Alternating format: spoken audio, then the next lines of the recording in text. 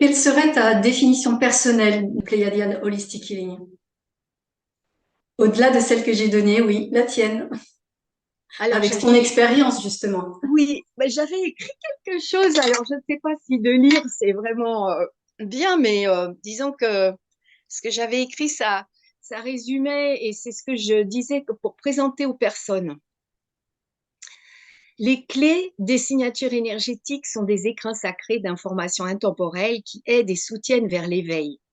Nous réintégrons l'origine harmonieuse de notre cristal de vie en tant qu'étincelle de vie divine. Les karmas, que ce soit les expériences de l'ego, l'héritage transgénérationnel des lignées et le karma sociétal des égrégores collectifs, sont engrammés en nous et ont créé des distorsions par rapport à la perfection que nous sommes. Ils nous ont fait plonger dans le monde des formes et de la dualité en projetant des informations erronées dans notre conscience. Les clés agissent sur les plans vibratoires et subatomiques, sur leurs 12 niveaux, de manière fractale et holistique, pour révéler l'être parfait que nous sommes à l'origine. Cet être parfait peut alors recevoir la lumière de vie, la rayonner en syntonie avec elle, au service de cette lumière de vie et de l'amour divin infini. C'est une belle définition. Oui, merci. Voilà, Martine, peux-tu te présenter en quelques phrases et nous parler de ton parcours? Oui, bonjour Gaëlle, Amaraya. Donc, oui, j'ai fait la formation avec toi. Ça m'avait beaucoup intéressée, surtout l'histoire des 12 niveaux. Parce que, bon, je peux me présenter en quelques phrases. Et principalement, mon activité actuelle, je suis à la retraite, mais je fais la réflexologie. Donc, aussi bien plantaire, palmaire, abdominale, faciale, auriculaire. Euh, j'ai fait aussi une formation de naturopathie pour essayer de voir, avoir une aide pour les personnes sur tous les niveaux, c'est-à-dire aussi bien corporel, l'hygiène de vie, l'alimentation, psychologique, gérer le stress, et puis spirituel.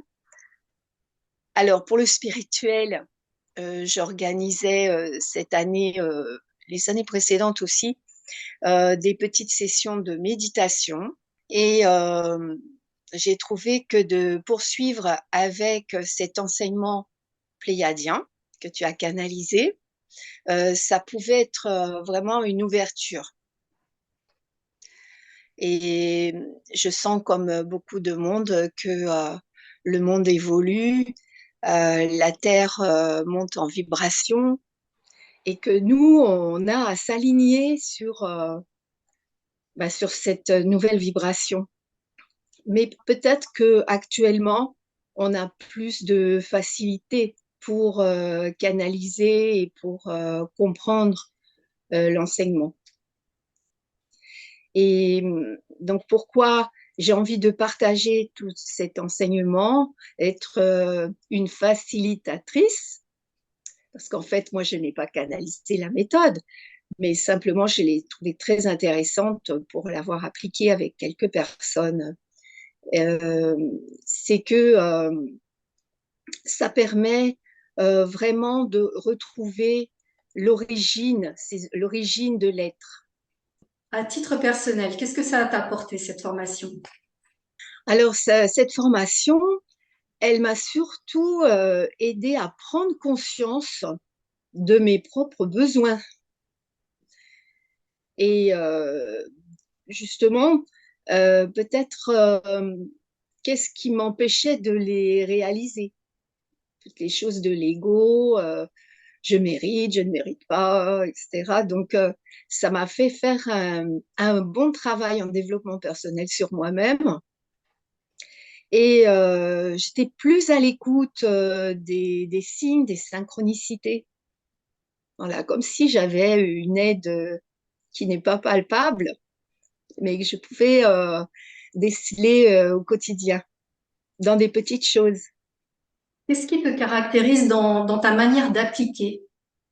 Est-ce que tu as fait ressortir une couleur particulière de par les personnes que tu as rencontrées pour appliquer ces clés énergétiques? Oui.